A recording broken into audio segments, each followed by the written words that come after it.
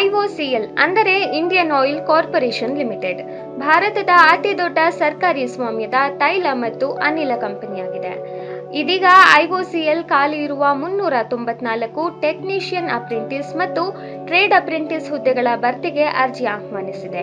ಈ ಹುದ್ದೆಗಳಿಗೆ ಅರ್ಜಿ ಸಲ್ಲಿಸುವ ಅಭ್ಯರ್ಥಿಗಳು ಮಾನ್ಯತೆ ಪಡೆದ ವಿಶ್ವವಿದ್ಯಾಲಯದಿಂದ ಐಟಿಐ, ಡಿಪ್ಲೊಮೊ ಅಥವಾ ಡಿಗ್ರಿ ಪೂರ್ಣಗೊಳಿಸಿರಬೇಕು.